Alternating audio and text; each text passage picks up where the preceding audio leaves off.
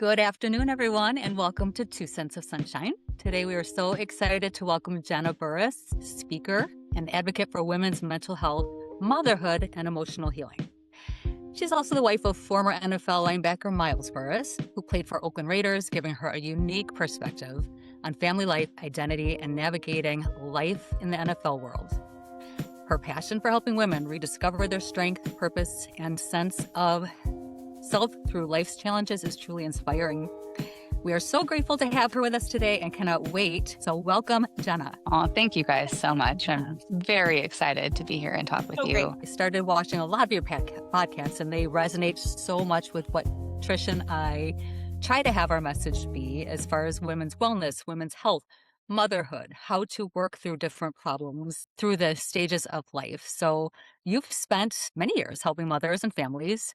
What do you think some of the biggest struggles that you see women carrying today? Man, so in particular, I think women in motherhood, and I think it like starts before that in becoming a mom and then the journey of like navigating what this looks like.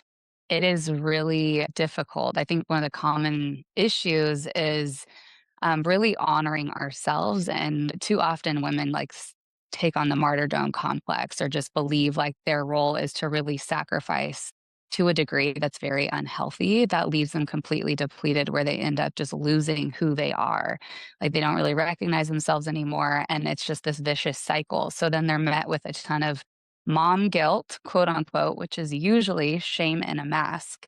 And that shame tends to be this bully that just like beats them up one side and down the other, where they just feel like there's no room really for them to exist.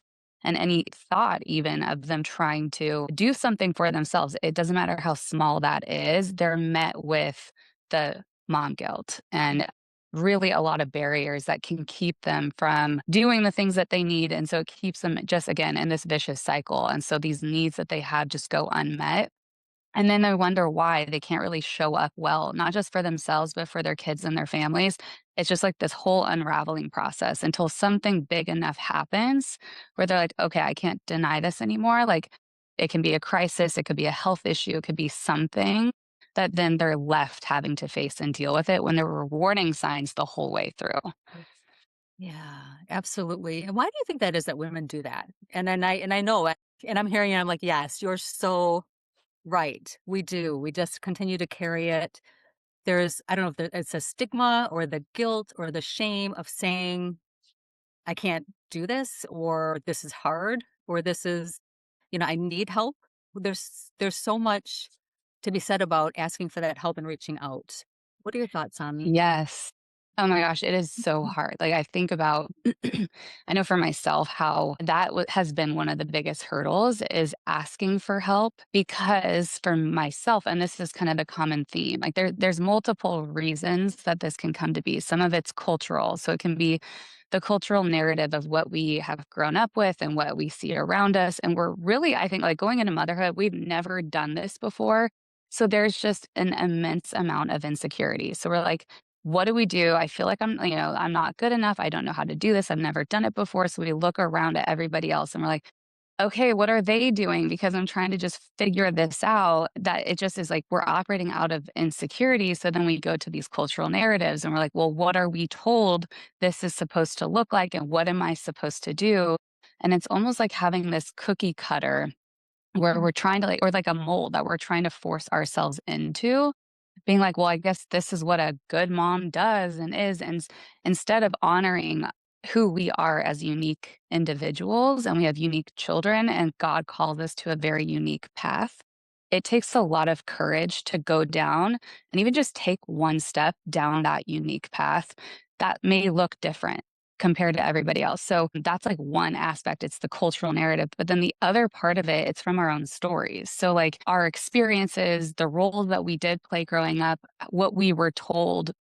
For example, in my deep struggle to ask for help, one of the narratives for me growing up was I'm the strong one. So I was a competitive gymnast for over about a decade and then continued on. I did competitive cheer in college.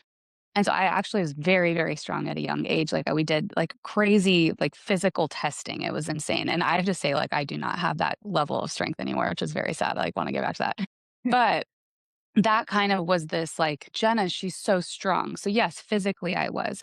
I'm also the oldest child. So, as the oldest child, is very typical, like taking on responsibilities, like with my younger siblings and stepping kind of into that like third parent role. I became like the neighborhood babysitter at 12 years old and like just operated so much out of that where it was almost like I wasn't allowed to need anything.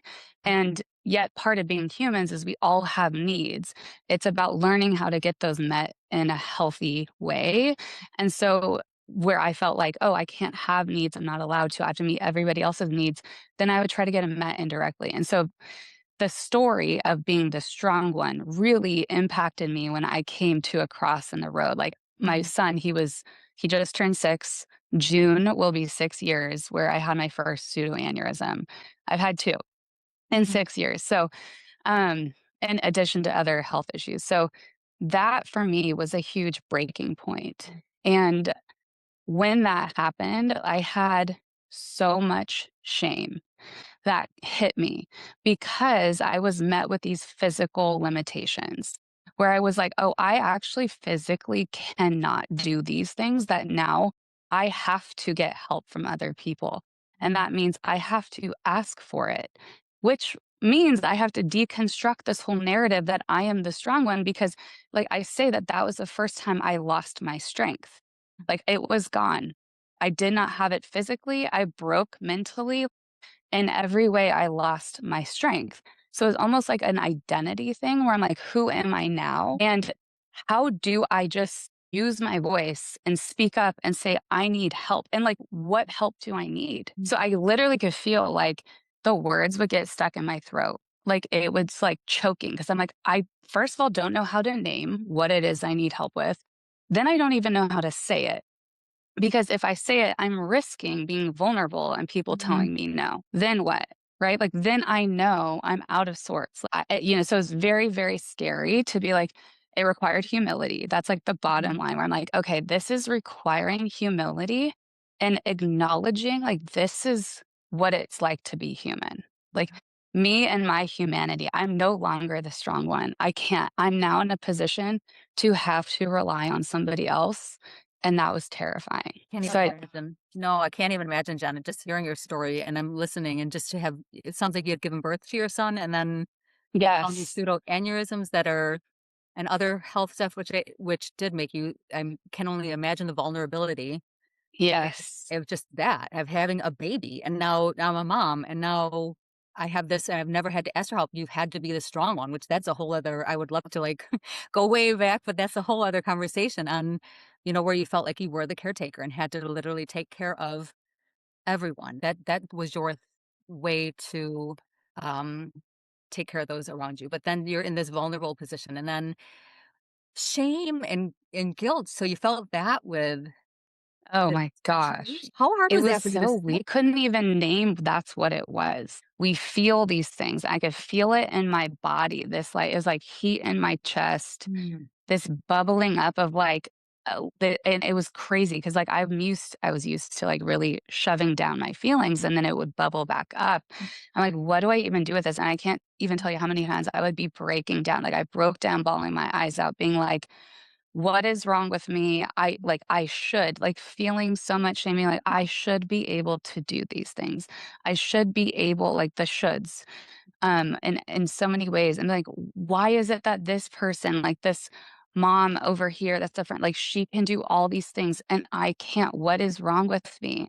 And just it was crazy. It was like this vicious cycle. And it really it fed into some like victimhood stuff where I didn't really know how to get out of it, where it's like a self pity, victimhood because I didn't really know what to do with my feelings, and then in processing and learn like, it led me to get a lot more therapy, like, step into Mhm. therapy again through, like, a series of other events, like a panic attack and all this other stuff. So, getting back into therapy and really being able to tease apart and be like, "What am I feeling?" and naming what is shame and what is guilt. Like, guilt is, have I actually done anything wrong? Have I done anything wrong in this situation? Or what I've gone through with my health stuff? No. but what are the shame tapes here? And that's one of the big things I learned. That's why I'm like, it's so important to know our own story, to know and be like going back because what we're dealing with in the present comes from the past. And in order to be able to move forward, like I was desperately trying to move forward and be like, what is wrong with me? I keep getting like bumping up against these things that I just can't get past. And it's like, I have to deal with where this is coming from and what are the beliefs around this and then deconstruct it and be like, okay, but what is actually true? And those shame tapes, like who told me that? Where are those coming from? Because we think it's us and it can become our own voice, but it usually comes from somebody else. Do you And think then, that some of those feelings that you were having were connected to, like, postpartum and the hormone drop of all of that? yes, Yeah. Mm. yes. Yeah. And that's kind of where like doctors can't necessarily figure out like, okay, exactly why, but they Yeah. said with all the hormones and how that affects like the blood vessels, right? It makes them actually more flexible. So this can happen. Like they're more prone to this happening. And then they don't know if genetically there's something there where it's like a connective tissue disorder. But then, yeah, having all these intense emotions like flare up, Yeah. plus the hormones, like I can vividly remember like the pain and where that started and how intense these feelings were, but Yeah. again, feeling alone in it and feeling like I can't really, like, who do I talk to about this? Like in everyday life, whether it was, I just felt like I couldn't share. Like, I'm gonna be They're seen gonna as think I'm crazy. crazy. Yeah. Yes, I exactly. totally get that. I didn't, I had postpartum with my second child, not my first, and I didn't recognize it, right? Like you think, oh, it's so obvious. And now looking back, it's so obvious. But when you're in it yourself, it's really, really Yes. hard to identify and say, wait a second, I'm not processing that the way I normally would. Or I'm taking something that normally wouldn't even bother me. I wouldn't even think twice about. And it's harboring that. It's just staying there and it won't go away kind of thing. Yes. Um, Exactly. and I can identify that with that so much, and the fact that I'm a doer. I don't ask for help, I don't but Mhm. it's just I just do it. You're just expected to do it. I don't know, you just do things, Yes. right? Like, and it's taken me time, but I figured out how to ask, and it doesn't bother me anymore. Now I ask for everything. Yeah, it does help. I'm like, "Oh my gosh, the more reps I get in, the way Right? easier it is." Yes. And then you Yeah. experience the benefit. You're like, "Oh my gosh, I don't have to do it all on my own. This is fantastic." Like, But I call it frees me exposure. up. That's exposure therapy, girls. So, Yes. Yes, right, the more we I do it, it just makes it so much 100% easier.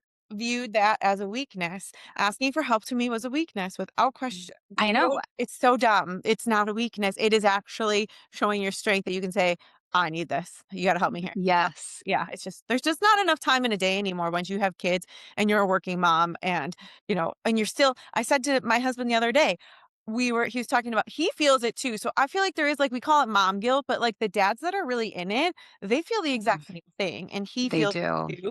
And I said he was feeling guilty about spending time on something for work and I said you get to be a human. You get to be an individual. Mhm. And this is your first time at 47 and doing these things. And this is my first time at 42. And I'm just figuring it out as I go as well. Like, yeah, we have these little humans that we got to, take care of and be in charge of. But we're also human beings that get to go achieve goals and we get to do things for us Yes. just because they make us happy. They don't have to earn you money.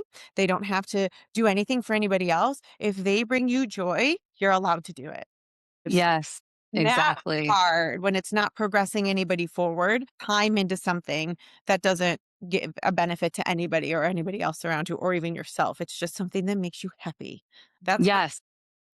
It is. And again, I think it's coming back to our humanity. I think it's like learning, really having to learn how to be human. We come out into the world fully human. We're like cry whenever we need, like just Yeah, without restraint. And then we like life happens, hurt happens, trauma, like all pain.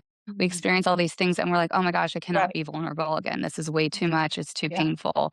So then we put all these layers up and we try to protect and defend and all these things. And then it's just this deconstructing and be like, hold on, like this isn't working anymore. It's not helping me. It's not helping my kids, my spouse, like deconstructing. And it's like learning what it is to be human, like learning that this is part of it, that it's not just about being robots as productivity. It's so, but it's very easy to talk about. It's so different and hard to live To in do it. Yes. Oh practice. my Yeah. gosh. Yes. And I love that fact because I have so many clients or so many family members or so many friends that are like, I'm feeling this way. The first question I ask is, where are you feeling it physically? Mm, And they don't expect it, but immediately they can answer it. My chest, I feel it, or I have headaches all the time, or I feel like I'm going to throw up, or, I just feel all of these different physical symptoms. So I love that you recognize that automatically. I really do. Not that I want you to have that, but to also go back on the fact that, it sounds like you have, which most people do, because we look at trauma very differently. Trauma can be trauma, wars, yeah. the big events that we see, the God forbid shootings, and those are big expected, not expected, but what we look at as trauma. But through life, that aneurysm times two is trauma. Your history Hmm. before that, people can, oh my gosh, they can have toxic family members. I don't deal. I don't want to deal. I'm the fixer. It starts boiling over.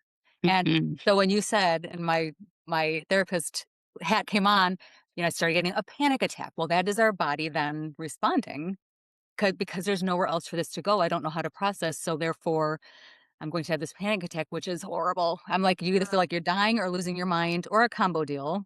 Yeah, exactly. And the thought that came to mind when you were describing that, it's like, yes, it takes over, right? Because and it needs somewhere to go. And that's, I think, one of the things when we have processed, undealt with trauma. I mean, it stays in our bodies. It stays in us until something it's signaling to us all the time. And the thought I was having when you're sharing that is how at that time, especially because it was really an accumulation of so many different things. Like I had built up decades of unresolved trauma that I had yet to really deal with. In addition to health stuff, in addition to, just mom, whatever, like all these different things. And I didn't feel like there was space, like there was room for me, like in being the fixer and being the one to be like, I'm not allowed to feel, I'm not allowed to have needs. And yet I do. That's part of being human. But if they come up, I have to figure out a very indirect way of getting them met, which creates, I'm in recovery from codependency. That's created very unhealthy codependent tendencies and habits. And so it's like just thinking of how inevitably, like I remember when I was getting my hours for therapy and talking to my supervisor, she's like, "Oh, okay, like so many different clients." She's like, "Oh, okay, that's trauma. That's trauma." And I was like, "How do you not have trauma? Like Mhm. we're living on this earth. Like nobody can get out unscathed by something, whether it's big or small." So then it's like figuring out and learning like what do I do with this? Because if I don't process it, it will come out in these ways. And for me, one of the big ways was yes, pseudoaneurysm and panic attacks, like a debilitating panic attack. It just shot me into it. And realizing that came from PTSD, like after talking to my doctor and whatnot. But the struggle in being like, where is there space and room for me to tend to these things? Because again, that's where a lot of the guilt comes up. And unfortunately, like I had these signals, I had these warning signs of like, hey, you need to deal with some stuff. But it didn't, it took two pseudoaneurysms, which wasn't enough, and having a debilitating panic attack where my husband had to pick me up in the Chick-fil-A Horrible. parking lot. I couldn't drive. And that was like the thing that catapulted me to be like, okay, I have to deal with this. But it sucks. Like, why does it take that? And it's almost like it took a big enough event to be like, hey, now I'm worth it. Instead, and I have to at this point. For me, that was like the big wake up call. Like, if I don't, because look at what's already happened, I may not be here for my kids. However, what I'm learning now is like, I don't want it to take that. And so I don't want it to be, and so much of the doing was like me finding my sense of value and worth and how much I did for others. And that was just completely reinforced growing up. And so to take time for myself, to tend to the wounds, to tend to like taking care of what I needed, that was very difficult because I didn't really believe I was worth it, and because that meant I wouldn't be having that time to go do for everybody else. So I definitely resonate and agree with that analogy of what you're saying. And it does poison us, but it Yeah. comes out in ways we don't realize and we don't think. It even can take a while to connect the dots and be like, hold on, like these physical symptoms that can seem completely unrelated often are very much correlated to the trauma, to the toxicity going on in us. I have a So I question love that you said for that. you on this Yeah. whole topic. So I experienced the same thing. My breaking point was 3 panic attacks in one day, and I was like, "That's it." Holy Like, smokes, it was yeah. horrible. I had one in the bank, right? And I don't know what happened. It just took me over, and I was getting them at night, like laying in bed. I would just be laying there and then it would happen and it was just awful. But my dad was dying at the same time I had that postpartum. He had cancer. He died of cancer. Like it was just awful. Oh And my when I gosh. found him, I wasn't sure if his body was alive or not. And like it was traumatizing. And I would wake up thinking Donovan's body was his dead body. And it was Oh, just awful, right? So I Worse. stopped sleeping. So I had these panic attacks. Now, obviously, I went to lots of therapy. I'm so good. I can reflect positively on everything. But this is my question for both of you. For our listeners and people that are like, oh my gosh, I'm going through this right now. What do I do? And I had mixed opinions and I chose one path and I don't know how I feel about it. I'm still on the fence about it. But what do you both think about, okay, of course, you guys, we got to go to therapy, right? We got to get it out. We got to talk about it. We got to do all those things. We need to work out. You need to move your body. That helps getting it out. But what about the medications that are out there to help you? Are you pro? You don't even have to answer if you don't want to, but are you pro or are you against? Like, is that something? So for me, I took it and it filled a spot, but I think at the end of it all, I think it added other problems that I wouldn't have necessarily had I not taken medication. And I took it for 18 months and got off and got right. I was petrified of having another panic attack. So I took something Yeah. to make me not have panic attacks. And now I don't take anything. I haven't in years and I don't have panic attacks. It's fine. Everything's fine. Mm. But what's your thought? Like for the people that are struggling, what do? You have to make it stop. It's awful. What do you do? Yeah. It's so Yeah. hard. And Jen, I don't know if you want to start, but I honestly, because I'm so I like to think that I specialize in hormones, but I definitely specialize in panic attacks. And anxiety is probably one of the biggest um, parts of my practice because they are so scary and debilitating, and they can Mhm. happen for so many different factors. There's nature versus nurture. Yeah. Are your parents generally wired with anxiety? Have you gone through trauma? Now you're adding on layers, and then again, people can have just like anxiety, there are so many levels to that. People can have anxiety. Probably your husband had it, a little bit of it, Jenna, when he's out on that football field Yes. because anxiety drives us to, right? Do something crazy, jump out of airplanes, do things that we wouldn't normally do and give us that power to strength through and win and be successful. But anxiety is debilitating. That's the whole other end of it. And anxiety, I always like to say to picture it, and I think I feel bad repeating, there's so many different layers to anxiety. There's, OCD, that's anxiety, Mm, obsessive compulsive disorder. Uh, you know, there's agoraphobia, social phobia. There's a slew of anxieties. And then the hardest part of anxiety is when they do develop into panic attacks. And again, nurture versus nature. The big thing with panic attacks is, like I said, you've had one if you think you are dying or you think you've lost your mind. And how many people go to an emergency room, and I'm not kidding, and they're diagnosed with it was a panic. Mhm. We're like, no, I know I've had a heart attack. I know I heart had a heart attack. attack. Yeah. I Mhm. know I did. And like, no, no, no, you're good. You had a panic attack. And you're like, what? They're so extreme. So the first thing I will try to teach people before anything is what happens is they are so scary that we panic on top of our panic attack. So now we are just Yes. like made Yep. this big giant of an attack because we're so scared of what's happening to us. Mhm. My first thing that I will try to work with my clients is to just say, okay, it is a panic attack. We've ruled everything else out. I'll send them for blood work. A lot of it is hormone. We talk a lot about hormones, and you ladies both were kind enough to talk about postpartum. Oh my gosh, you're going to get probably some panic attacks at that point, some depression. The list goes on with that. Mhm. But with once we can learn to see if you can control the panic on top of the panic, you're halfway there. Because now you're not scared of it. You're not letting that control you. You're just letting it come and go.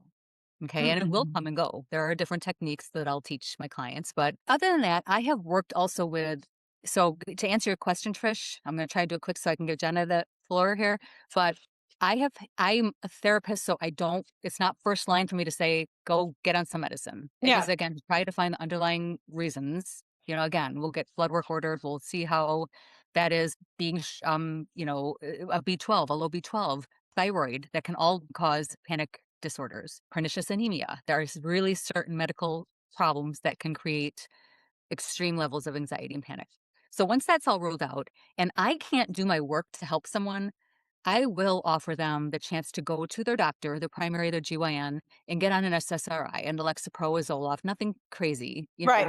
Right. where their general practitioner can prescribe and almost do exactly what you said, Trish, to be on it for a certain amount of time. Right. So because I have to get them in control Right. to be able to do the work, if that makes sense. Makes Mhm. sense. And then when they do that, I've had a lot of them that are like, I really like this. So I'm going to just stay on it. And I'm like, Yeah. there is no shame in that. If you are in a constant repetitive, and I've known people, repetitive panic attacks, you cannot do the Right. work necessary Well, and that's to be exactly where working. I was. I could Mhm. not I was panicking about having a panic attack, right? Oh, So every day, that's all I was doing. And so I couldn't get past that to fix anything because I just kept worrying about having a panic attack because I was so afraid of it. And they were yeah. happening so often. And it was just owning me. It was Mhm. Yeah. I know, and I think what's hard is sometimes because like, I love how you explain this, Lynn, is like, okay, we can acquire these skills, which is so important. The tools, I should say. Tools and, like, what to do, how to manage a panic attack. Even using our senses, like the 5, 4, 3, 2, 1, yeah. like that Right. was tremendous Yeah. for me. I'm like, oh my gosh, okay, this is helpful. But like, then there comes a point where it's like, hey, this is bigger than me. Yep. And Yep. we don't know until we try different measures, right? I know I actually have been thinking back about this particular topic recently, probably in the past couple weeks. I'm thinking back to that time, particularly after my daughter. I had severe postpartum anxiety. I didn't know that. Like, it's very odd when you're like, "Hey, I've cognitively learned these things, but now I'm physically going through it." Mhm. Like, it's hard to really identify in yourself. And so what is interesting is, like, it didn't really come to mind, almost like I didn't give myself the permission to even go that route. And a lot of that was driven by, again, the narratives and beliefs of, like, how I grew up. Like, there's just, like, a lot of shame around medication. So I didn't even allow it to really be considered. An option. However, if I could go back, I 1000% would have gotten on something because I needed it. I didn't realize, and I think too, it's like being used to like experiencing a lot of pain, having like a high pain tolerance, whether it's like emotional or physical. It can be a good thing, but it also can be a bad thing because then I'm like, "Oh, I'm just gonna endure, endure, endure," and it's like there's so much suffering I didn't need to go through, and that actually cost me a lot, like, Yeah. even in being able to enjoy my kids, like, I wasn't really able to do that, and so seeing, like, there is a time and a place, and one of my fears at the time was like, "Hey, if I get on something, what's the exit strategy? Like, will I be on this indefinitely? Like, how can I make sure that there is like, when will I know that there's like, I'm ready to taper off? What does that look like? Like, I didn't have those answers, and I didn't, again, really know how to like seek that out. But yeah, I like now, my gosh, I'm like, there are just things where it's like, especially going through all of this, there's the hormonal changes, and we need tools. Like, those are so helpful. And then when we can realize, like, this is bigger than us, there's things that our own self will cannot counter with biology. Or chemically, if things are really out of whack, like, that's going to win. Percent. Oh my Yeah. gosh, yeah, 100%. Yeah. So, but it is a hard topic. And I am glad, like, to hear more, women who are, like, taking that initiative because we really especially when we need it, and it's just yeah, so it's just helpful Yeah. to know, like, we can there that is available, it's out there, and I think it's helpful to hear even for you, Trish, like, you had, like, the 18 months, and I mean, that's a massive, like, massive circumstantial events, like, multiple of them. So, like, to have something to give some reprieve was essential. And there was a few more things in there, and I don't think I realized how bad they were and how I couldn't handle all of those things on my own because that's what we do, Yes. right? Like, we handle things and that was to me asking for help, and so, basically, I started taking it, but that's where I was able to do the work, and, it kinda goes I get asked all the time off topic about GLPs because I work in the fitness industry, and I kind of have the same answer. If you use it as a tool to help you, but you do the right things, you eat well, you work out, you lift your weights, what you get enough water, all the things. I'm all for it. If you use it as a band-aid, I'm not for it. And that's how I feel about this. Like I didn't have an exit strategy and that's what scared me and that's why I didn't want to be on it because I didn't want to be having to be have something for the rest of my life or else I couldn't be normal, whatever normal is, or not have panic attacks.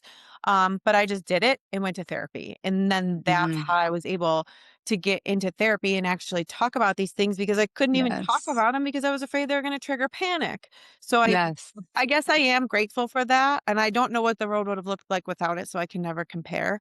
And that was just the choice I made, and I guess it's good looking back and hopefully somebody else will see this and don't have any shame about taking medicine. You hope. And there is one thing that I've always, if I would have gone further into school and I'm like, done. Yeah. But I was like, I always wanted to research resilience and what does when I talked about the anxiety that fuels people to push forward, or what does drive someone versus what hinders them from doing something or disables them, for lack of better words.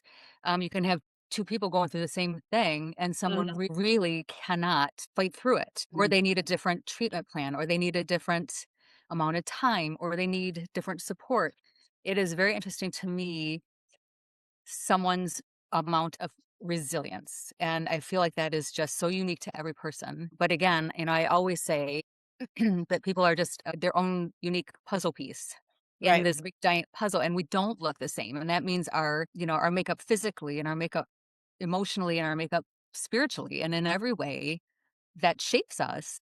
So the treatment plan is going to be so unique to each person. And my message to everyone, and I've loved the fact that I know that I feel like the three of us are that show that resilience. We've been in some really hard situations. I'm not going to lie. I had my first panic attack. I was the one that ended up in the emergency room saying, I'm dying. I think I was in my 20s.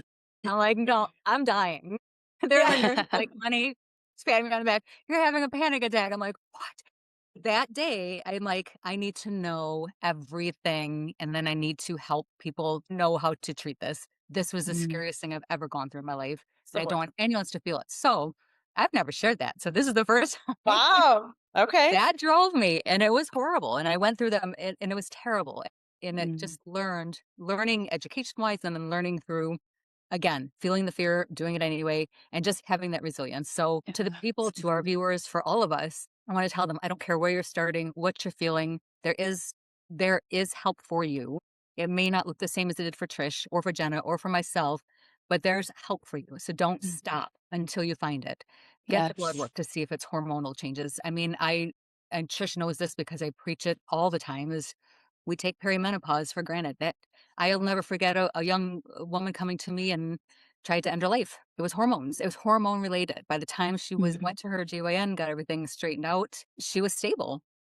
I mean, Wow. that's how strong and how much of damage can be done with hormone changes. So Mhm. the postmenopause, the even I think a young girl, let's think of us back when we were 12, 13, right? Yeah, Starting the it's rough. hormonal journey. But that's hard. It's just a lot of it's nature versus nurture. So once we Mhm, figure all that out, figure out how much of the poison we have in us and learn and just be able to say yes to help and putting the boundaries mhm. up. So Jen, it sounds like you've put some boundaries up in your life.